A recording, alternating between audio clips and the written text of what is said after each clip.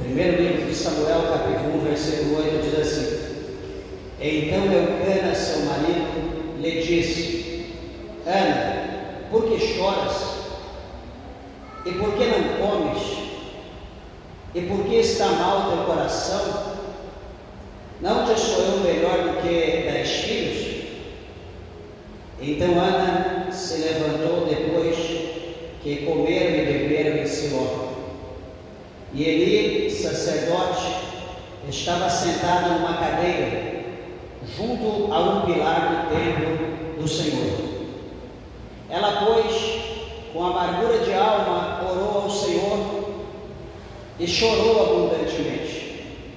E fez um voto dizendo: Senhor dos exércitos, se benignamente atentares para a aflição da tua serva, e de mim te lembrares, e da tua serva não te esqueceres, mas a tua serva deres um filho homem, ao Senhor o darei todos os dias da sua vida, e sobre a sua cabeça não passará navalha. Amém? Vamos orar. Levante as tuas mãos ao céu, a tua Bíblia, peça para que Deus fale ao nosso coração. Glorioso Deus, amantíssimo, eterno e poderoso Pai, mais uma vez, meu Deus, nós te louvamos, nós te exaltamos e agradecemos ao Senhor, meu Deus, pela tua palavra que é fiel, pela tua palavra que é verdadeira. Nós te louvamos pelo segundo dia da campanha do grande clamor.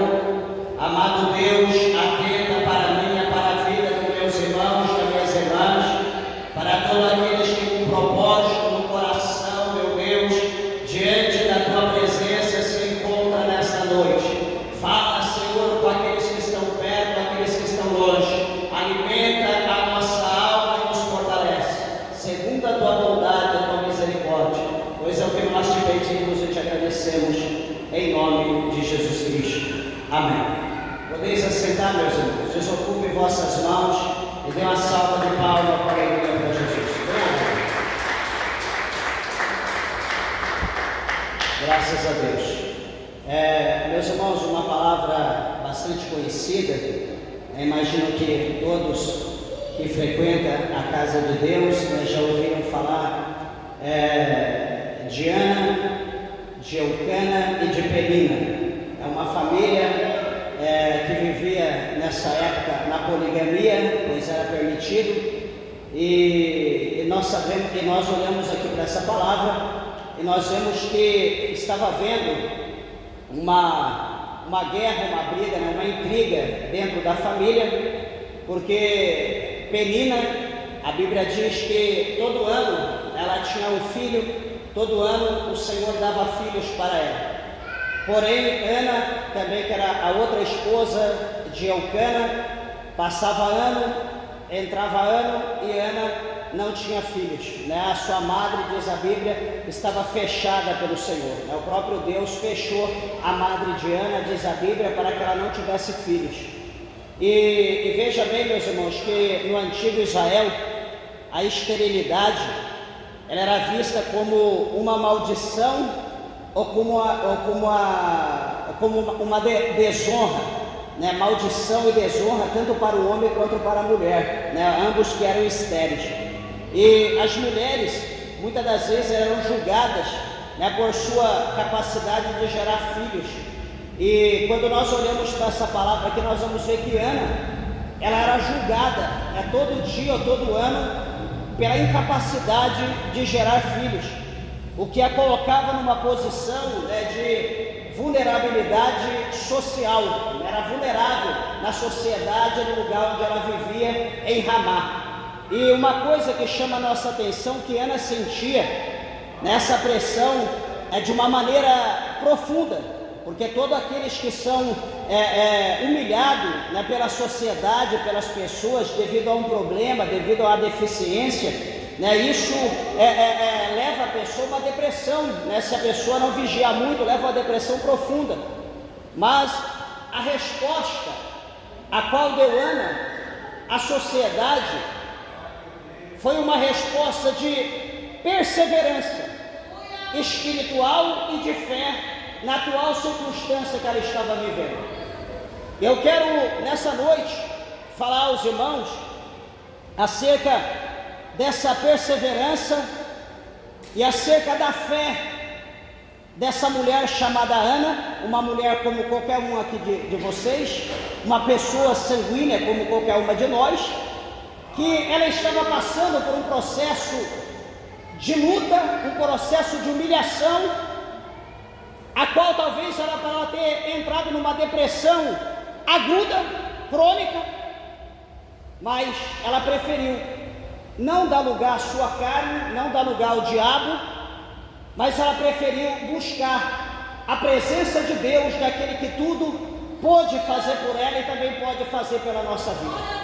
Eu quero dizer nessa noite para você que ainda há uma oportunidade, ainda há uma chance, ainda há uma esperança para aqueles que confiam no Deus de Israel.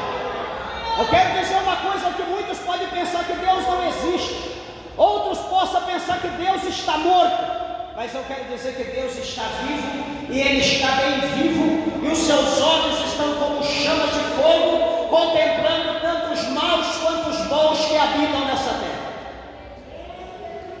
Meus irmãos, a reação entre Ana e Eucana, havia uma reação.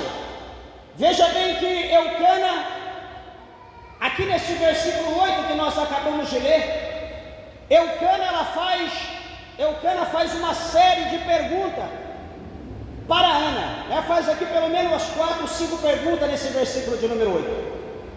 Interessante que chama a nossa atenção que as perguntas que Eucana ele fez a Ana foram perguntas para confortar. Ele queria confortar o coração de Ana. Ele queria confortar Ana acerca da situação, do processo que ela estava passando. Veja, Ana, por que choras? Ele achando que Ana respondendo, ela ficaria melhor. Ele continua a perguntar: Ana, por que não comes? Talvez ele acreditava que ela comendo, ela poderia ficar melhor. Por que está mal o teu coração, Ana? Quer dizer, se Ana abrisse o seu coração, talvez ela poderia melhorar. E ele diz: não sou eu melhor do que 10 filhos? Meus irmãos, geralmente todo casal que casa, ele ou ela querem ter filhos. Levar na conversa, na boemia, não vai resolver a situação. Aqui ele procura convencer Ana de alguma forma, de alguma maneira, com palavras, com pergunta. Ele quer resposta, mas nada disso, perguntas e resposta, não ia mudar a situação de Ana. E uma coisa que é interessante, que no entanto, essas perguntas revelam que ele não entende plenamente a profundidade das dores ou da dor que Ana ela sentia. Ele não entendia, por mais que nós podemos dizer: eu entendo, eu sei o que você está passando, eu conheço o teu coração, eu já vivi isso que você está vivendo, eu sei bem o que é isso. Meus irmãos, só sabe, só sente aquele que está na carne, aquele que está passando. Por mais que eu procure compreender o que você está passando, eu nunca vou entender e nunca vou sentir. Então ele procurava de alguma maneira tentar entender, mas ele não conseguia entender. Veja que aqui há uma ênfase no conflito entre os valores sociais, como a importância de ter filhos, e o consolo humano limitado. Uma coisa é o homem consolar alguém, e uma coisa é Deus consolar alguém. É diferente, é totalmente diferente. Quando o homem consola, por mais que ele tenta, ainda há falta. Ele não consegue consolar. Mas quando Deus, ele consola, Deus ele consola no corpo, ele consola na alma, ele consola no espírito. O consolo de Deus é pleno na nossa vida. Por isso, meus irmãos, é interessante nós lembrarmos que o Senhor Jesus, quando ele ascendeu ao céu, antes de ele ascender ao céu, melhor dizendo, ele diz que ele teria que voltar para o Pai, porque ele voltando, ele enviaria o outro Consolador, para que estivesse conosco todos os dias, até a consumação dos séculos.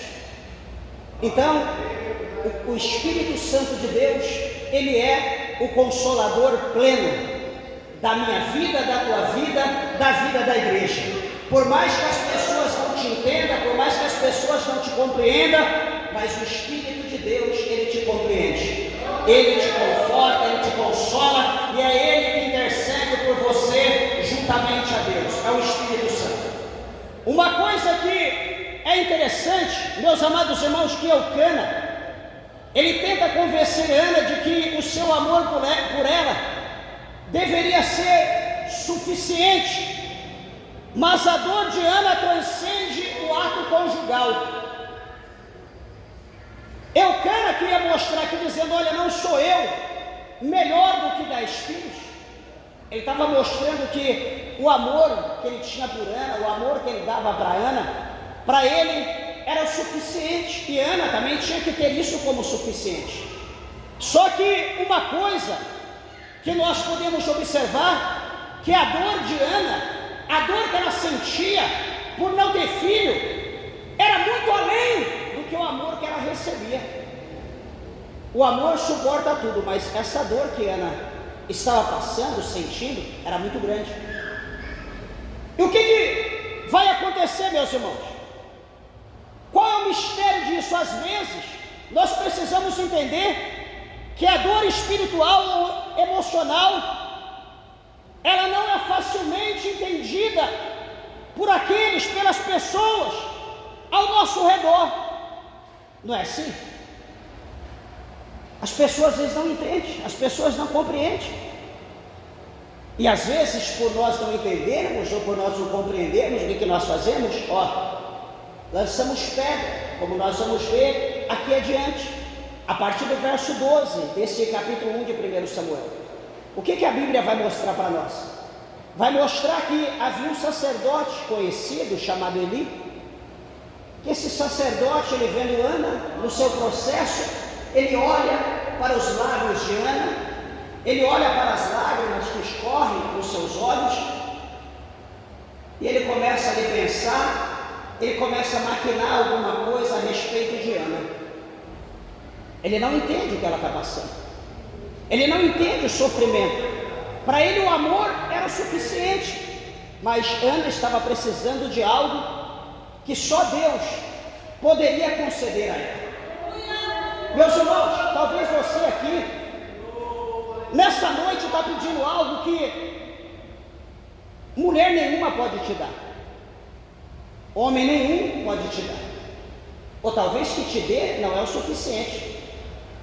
Mas eu quero dizer para você que aqui no nosso meio há um Deus que ele pode te preencher na plenitude, ele pode te preencher por completo, sem deixar faltar nada, ele pode te dar em abundância. Pastor, mas será que Deus pode fazer? Será não? Deus pode, Deus tem poder, ele é o Todo-Poderoso, ele pode fazer isso. Basta apenas nós crermos, basta nós acreditarmos e buscarmos por ele. Veja bem que, como Ana, nós devemos persistir em nossa fé, mesmo quando os outros não nos conseguem compreender. Às vezes alguém chama as pessoas, chama amigos, chama o pastor, qualquer um, para um aconselhamento, e ali é dado o aconselhamento com base bíblica, só que aquilo que a pessoa ouve não vai ao encontro do que ela quer. E quando a pessoa ouve algo que não agrada a ela, não massageia o seu ego, ela se torna escamosa, ela pula, ela lança os espinhos, as setas, porque não é aquilo que ela queria ouvir. Só que, meus irmãos,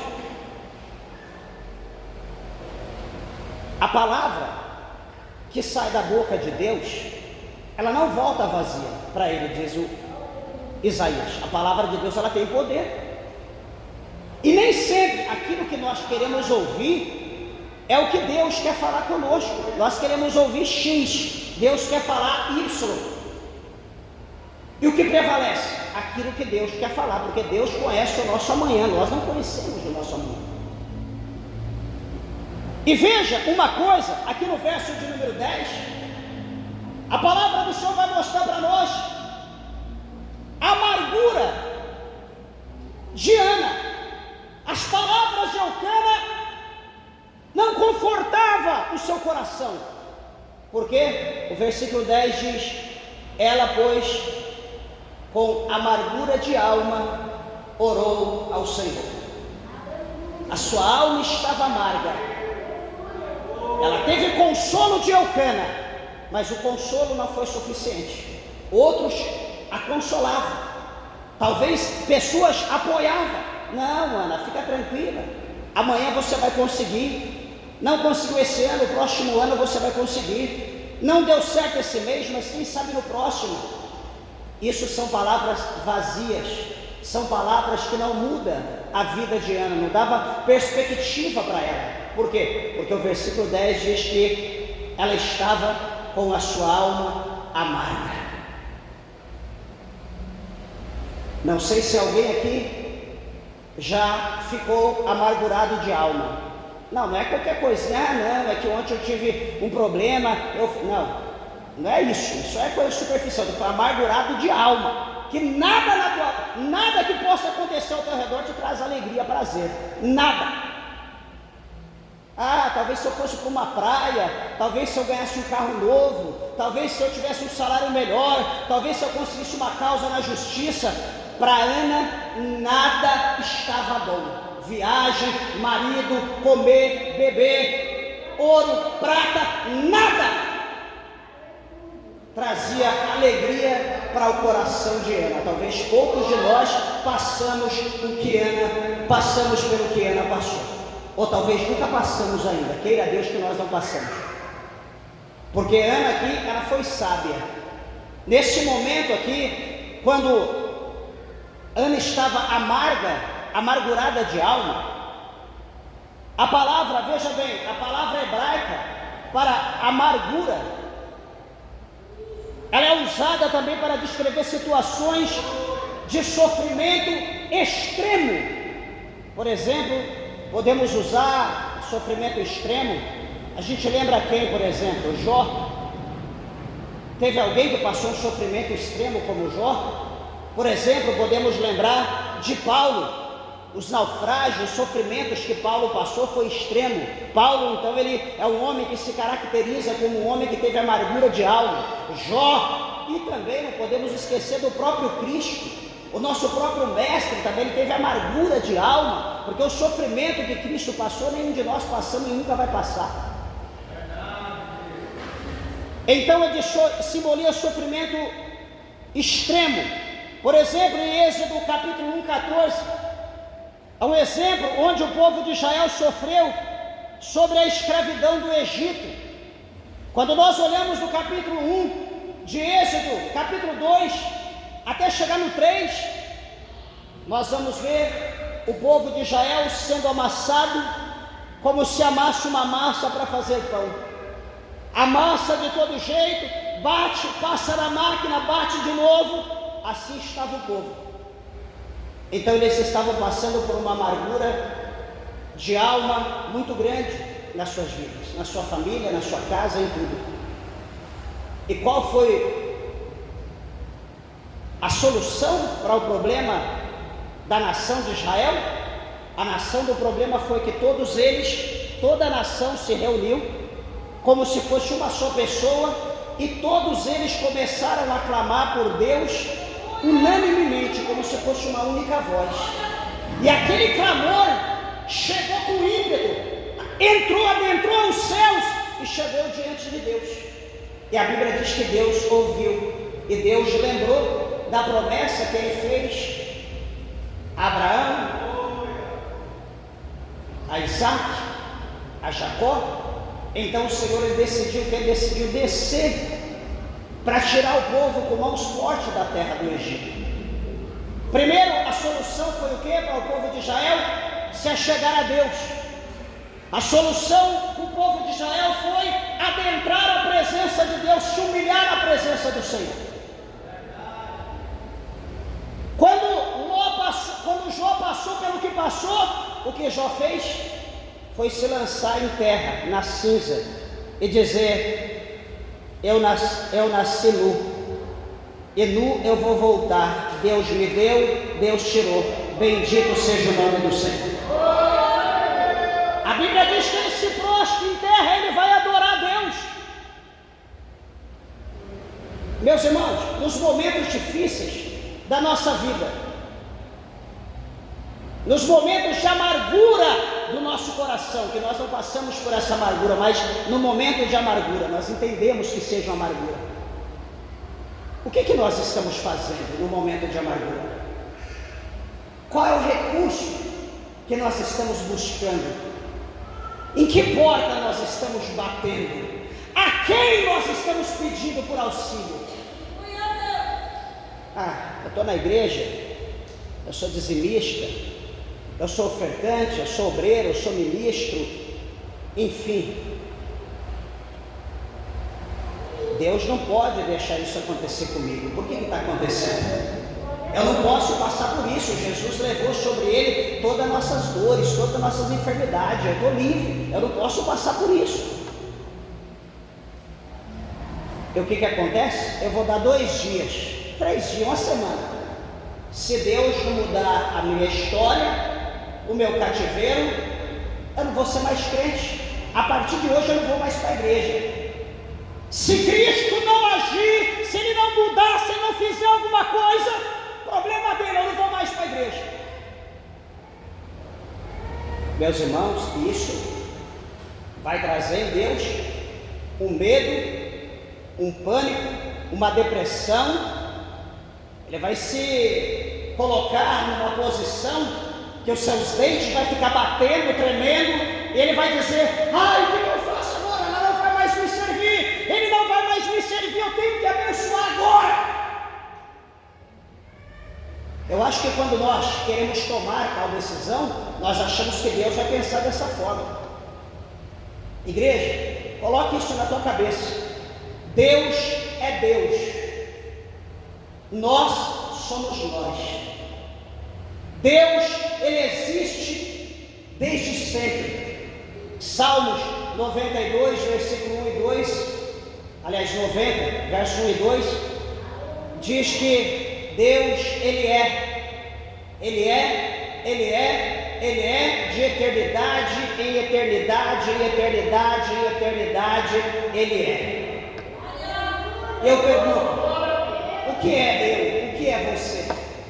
Ele diz que nós somos como a planta que nasce, floresce, murcha e acabou.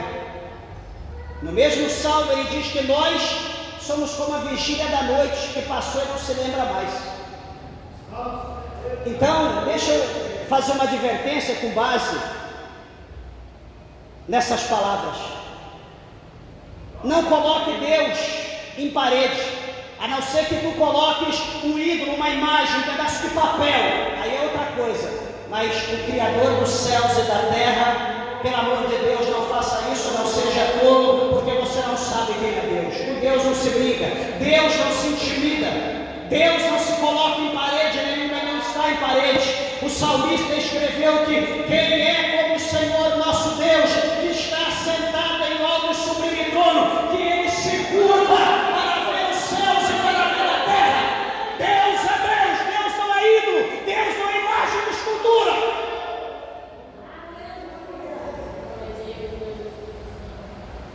Quer ter mudança de vida? Quer ter mudança de cativeiro?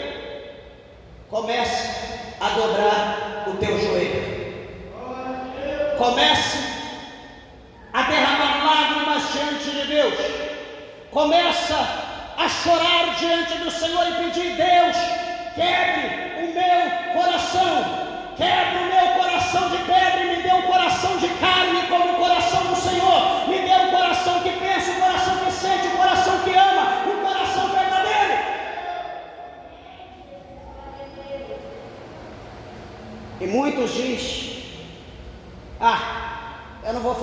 porque Deus me entende. Sabe quem te entende? É o diabo, Deus não.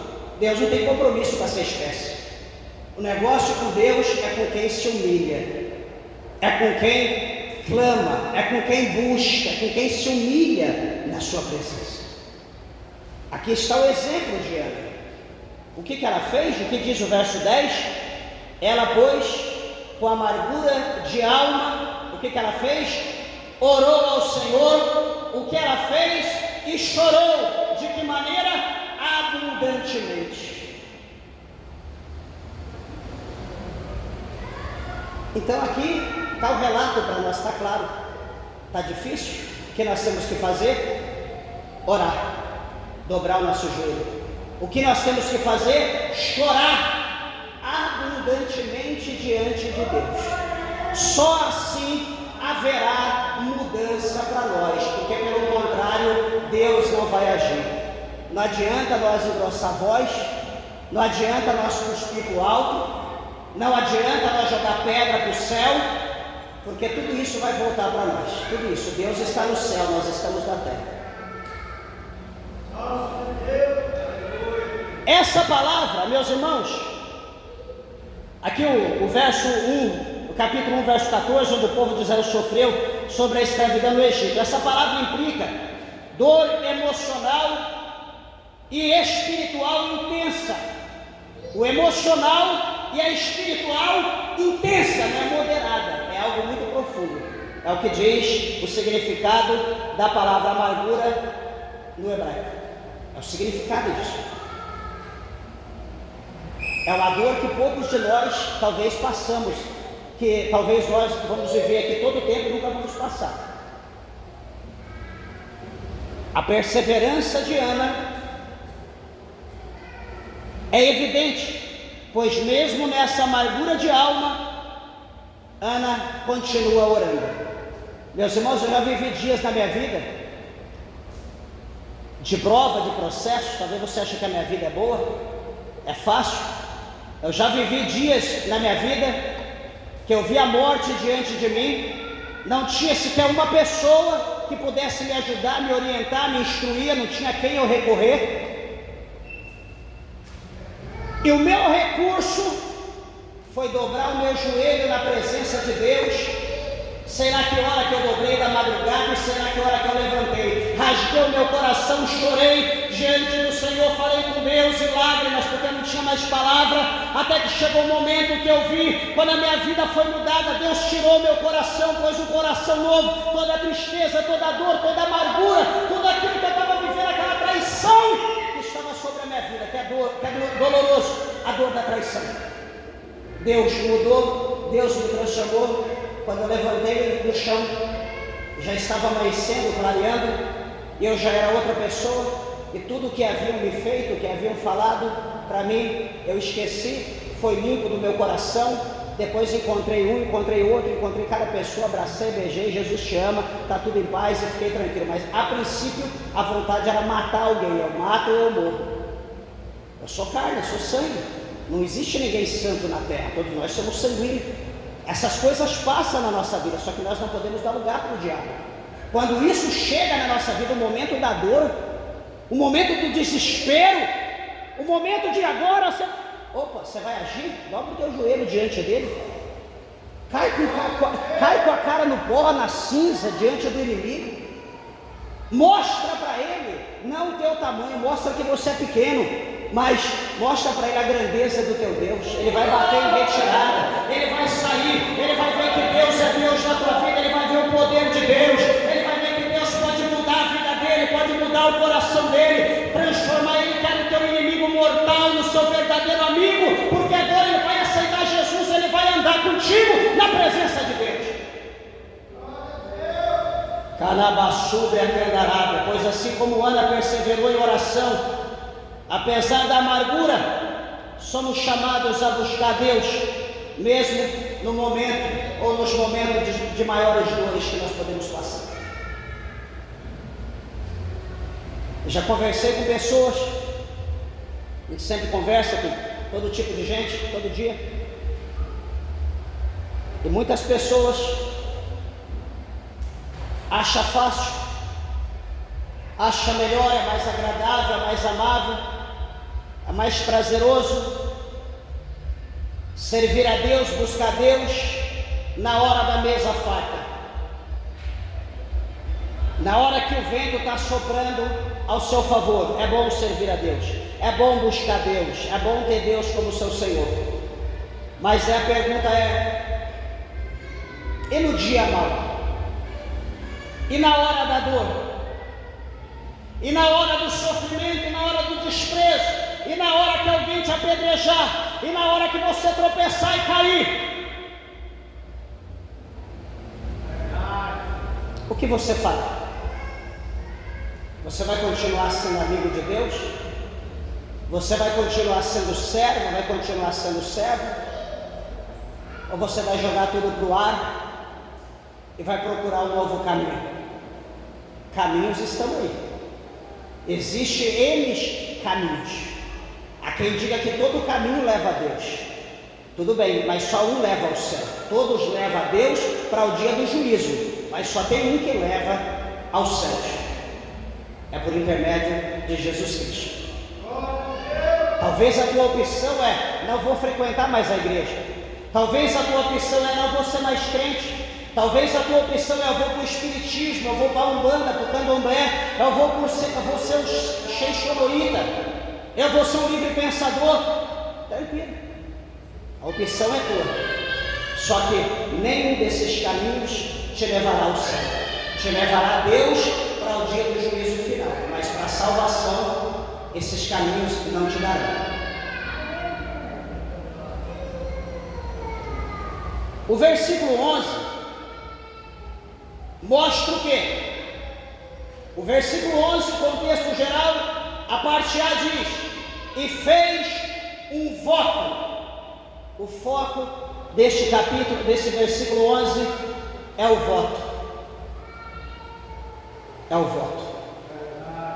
É o que nós estamos fazendo nessa campanha, um voto a Deus. O voto, para ser feito, ele exige fé. O voto não pode ser feito naquele entusiasmo de navio negreiro. Como? Todo mundo está fazendo, eu também vou fazer. Assim não funciona.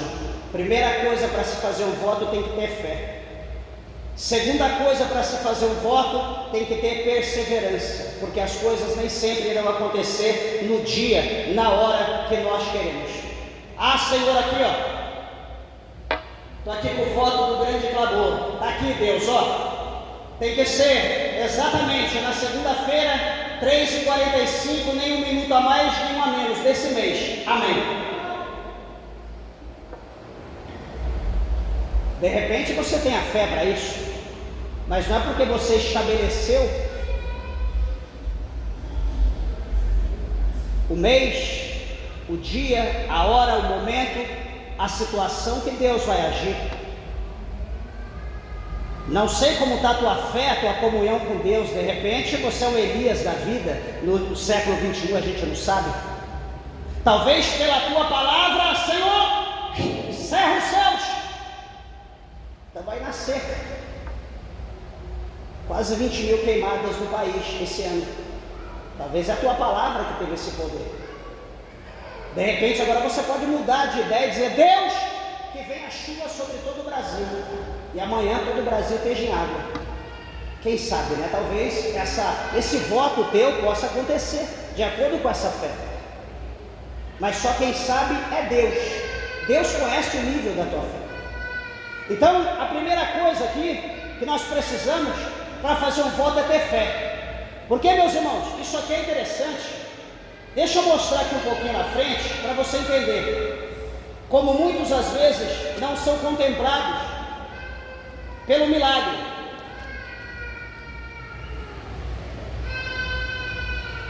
Veja Eclesiastes capítulo 5. O versículo de número 1 diz assim: guarda o teu pé quando entrares na casa de Deus, porque chegar-se para ouvir é melhor do que oferecer sacrifícios de tolos, pois não sabem que fazem mal. Versículo 2: não se precipites com a tua boca, nem o teu coração se apresse a pronunciar palavra alguma diante de Deus. Por quê? Porque Deus está nos céus e tu estás sobre a terra. Assim sejam poucas as tuas palavras. Versículo 3: porque da muita ocupação vem os sonhos, e a voz do tolo da multidão das palavras.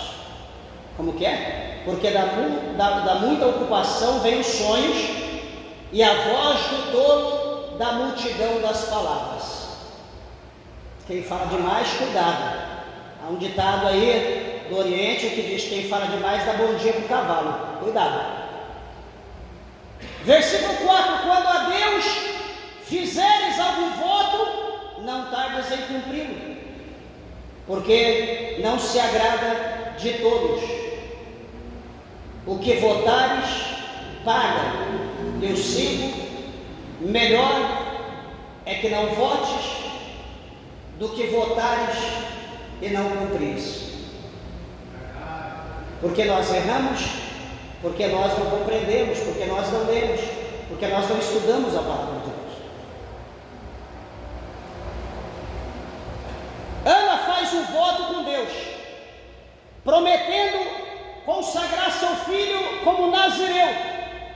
Ao voto dela. Ela nunca teve filho, mas ela pede a Deus um filho, e que esse filho seja homem, seja varão, não mulher, não em cima do muro, mas que o seu filho seja homem.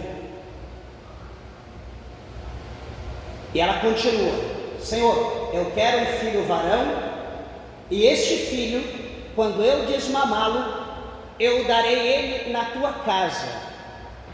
Esse filho será nazireu de Deus, e ele viverá todos os dias da sua vida te servindo. Alguém pode orar e falar: mas que voto sem nexo? Tantos anos, ela chorou, mais de 10 anos ela chorou por um filho, e agora Deus vai dar o filho para ela? Ela vai amamentar o filho, vai entregar na casa de Deus? Que prazer, só de ficar pejada ou gestante, de amamentar, só isso é suficiente? Meus irmãos,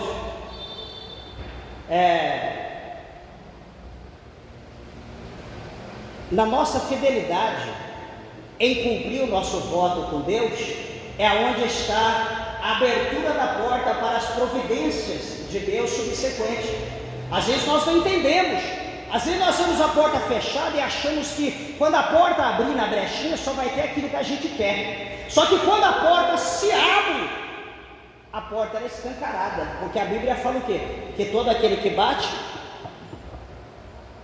vai abrir. Todo aquele que pede, ele vai receber. O quê? Uma boa medida, recalcada, transbordando. Ou seja, o que Deus tem para nós vai além da nossa imaginação. Por isso que nós não podemos se limitar só nesse paninho aqui, só nesse lenço. Ai não, eu vou limitar aqui, porque é só isso. Você pensa que é só isso. O que Deus tem para a nossa vida vai além disso. Será? Olha o versículo 5 do capítulo 2 de 1 Samuel. Olha como que vai além de apenas dar um filho na casa de Deus. Versículo 5 do capítulo 2 de 1 Samuel. Os fartos se alugaram por pão, e cessaram os famintos.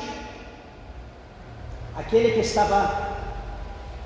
Os fartos se alugaram por pão e cessaram os famintos.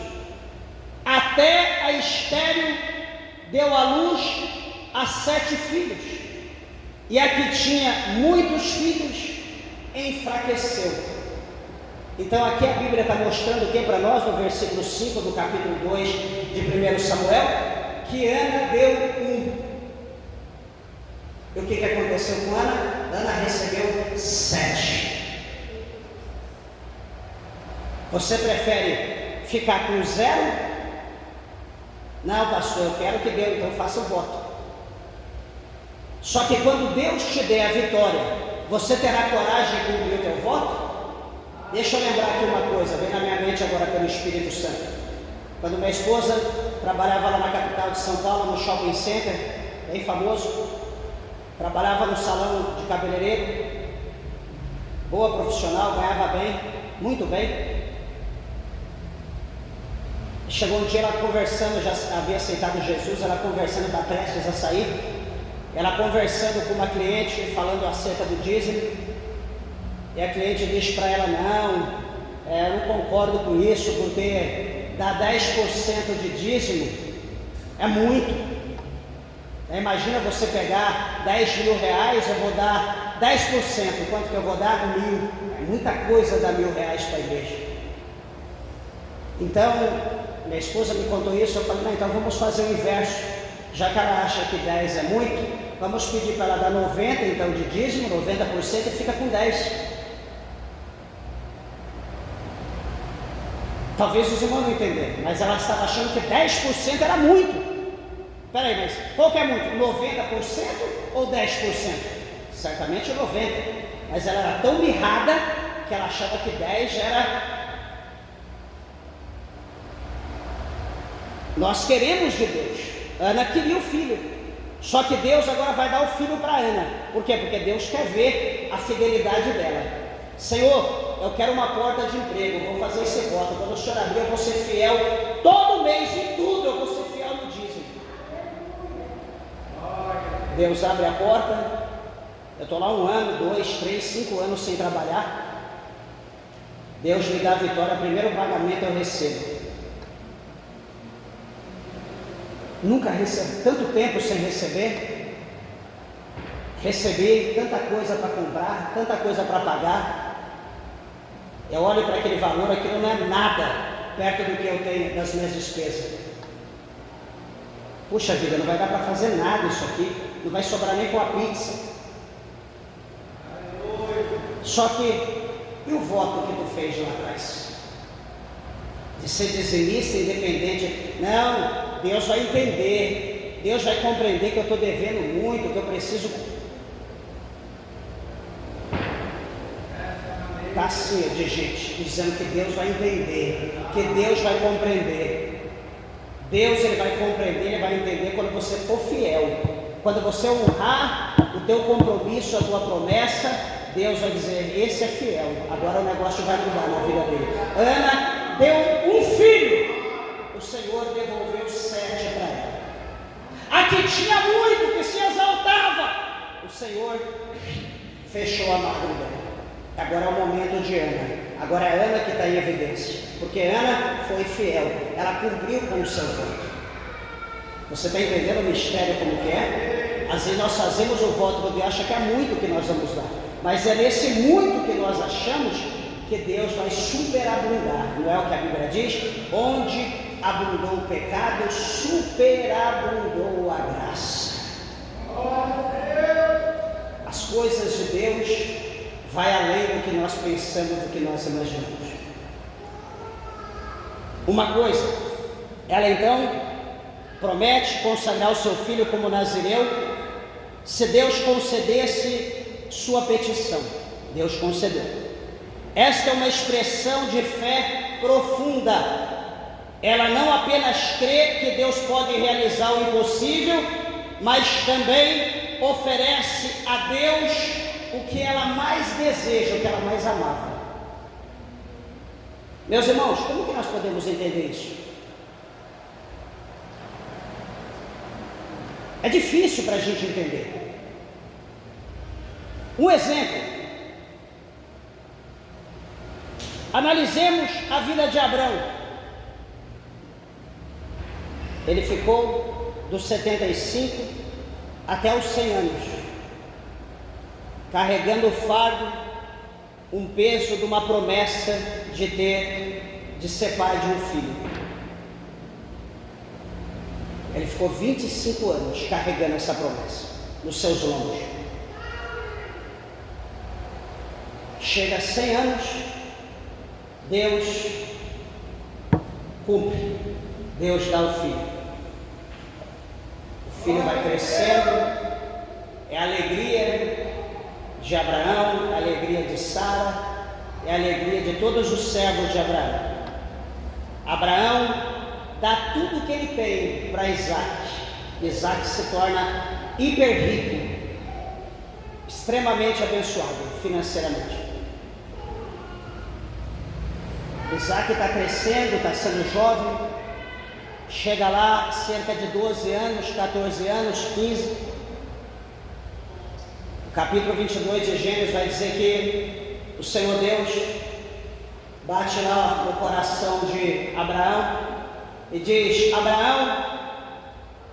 E Abraão diz: eis-me aqui, Senhor.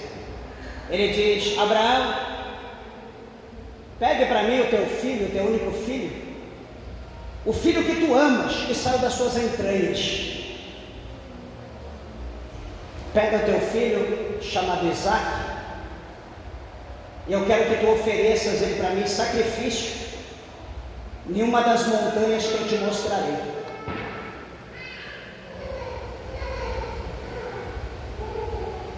Alguém pode olhar e dizer: como que Deus pode fazer uma coisa dessa? Abraão está feliz, Sara está feliz, Isaac está feliz, era tudo que Abraão queria. E agora Deus vai tirar o filho que Abraão mais amava, que era a sua promessa, que era a sua esperança. A Bíblia não mostra hipótese alguma, por menor que seja, Abraão questionando: o Senhor, quer um servo? Quer 2, quer 3, quer? Quantos servos o Senhor quer? Qual animal? Quais animais? Ele não questiona, a petição de Deus foi ouvida, foi o filho. Ele prepara os jumentos, prepara a lenha, prepara o fogo, prepara o cutelo, prepara os servos. Eles vão caminhando um caminho de 3 dias, cerca de 100 quilômetros, até que o Senhor mostra a montanha para ele. É aquela lá, é aquela montanha chamada Deus proverá. Sobe lá, oferece ele lá para mim. É interessante que ele manda os servos ficarem ali ao pé da montanha. Olha a fé de Abraão.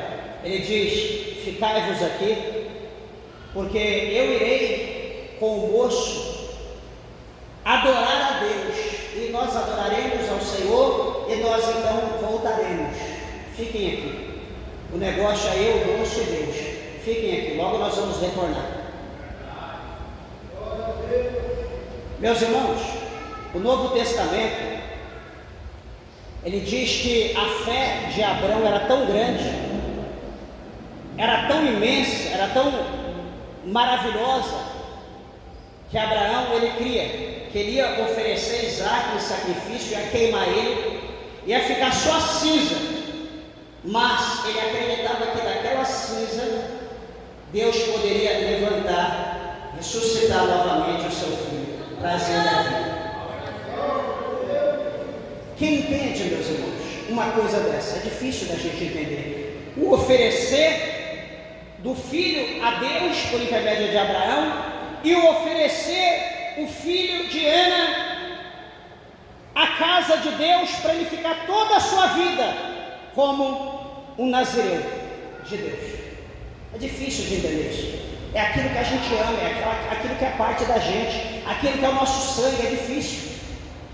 Mas eu quero dizer uma coisa para você nessa noite. Você sabia que às vezes é nisso que Deus, ele quer te provar, ou ele está te provando no teu sangue, e você talvez não está entendendo? Você está saindo pela tangente, você está arrumando a desculpa aqui, ali. Não é assim, não pode, é impossível. Não, o profeta se equivocou, Deus se enganou. Será que Deus se enganou? Ou será que é você que não está querendo acreditar?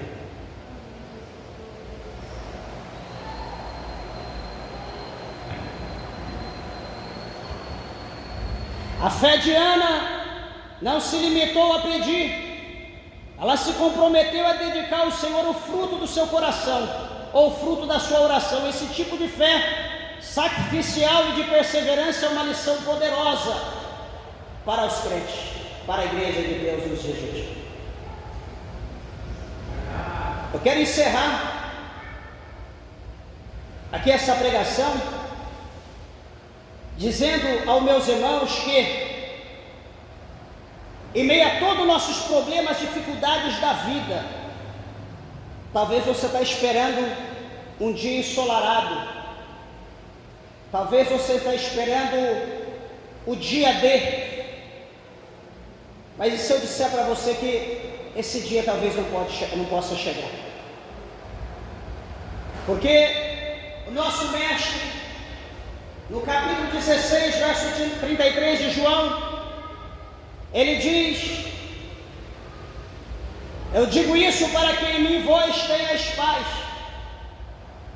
No mundo tereis aflição, mas tende bom ânimo, eu venci o mundo. Jesus está dizendo para a igreja dele, Jesus está dizendo para a crente, não é para o mundo. No mundo, igreja minha, vocês terão aflição. Ué, pastor, mas vai ser só aflição? Jesus está dizendo: no mundo tereis aflição. Só que o bálsamo virá sobre a nossa vida no momento da aflição. Nós começamos a buscar o Senhor como Ana buscou. Quando nós colocamos o nosso joelho no chão e começamos a clamar a Deus, independente da circunstância, buscando força em Deus pelo Espírito Santo, nós vamos alcançar o bálsamo de Deus, nós vamos alcançar o consolo pelo Espírito Santo de Deus. E quando nós menos imaginarmos, nós vamos ter passado por aquele dia mau, nós vamos ter passado por aquela prova, nós vamos ter passado por aquele momento de aflição. Sabe por quê, meus irmãos? Porque a nossa vitória, o nosso momento de alegria, de paz, o nosso momento inexplicável que nós almejamos aqui nessa terra, não está aqui nessa terra, está no céu, está lá no céu. Tudo que você espera está no céu, não está aqui na terra. A alegria, o amor, a confiança, a esperança, a amizade, a união, a prosperidade, tudo que você espera está lá em cima no céu. Aqui nós estamos passando um momento de aflição, mas o que nós esperamos está lá em cima, porque a nossa vida passa muito rápido, é muito rápido. Hoje nós estamos gemendo, amanhã nós estaremos na glória adorando a Deus, estaremos nos alegrando no Senhor. Então alegre o teu coração, alegre a tua alma, e sabe que tudo que nós estamos passando é momentâneo. Daqui a pouco nós estaremos com Ele na glória. Se você acreditar, amém. Se você não acreditar, o mundo está aí, o diabo está aí, o inferno também está aí. Fique à vontade para você fazer o que você quiser. Mas nós que esperamos em Cristo, o escritor aos Hebreus diz: um pouco cheio de tempo, o que há de vir, Ele virá e não tardará. Então alegre o teu coração, a tua alma, porque a nossa redenção está mais perto do que nós imaginamos. Amém, meus irmãos? Que Deus abençoe a tua vida. As palmas bem alegres, altas, glória.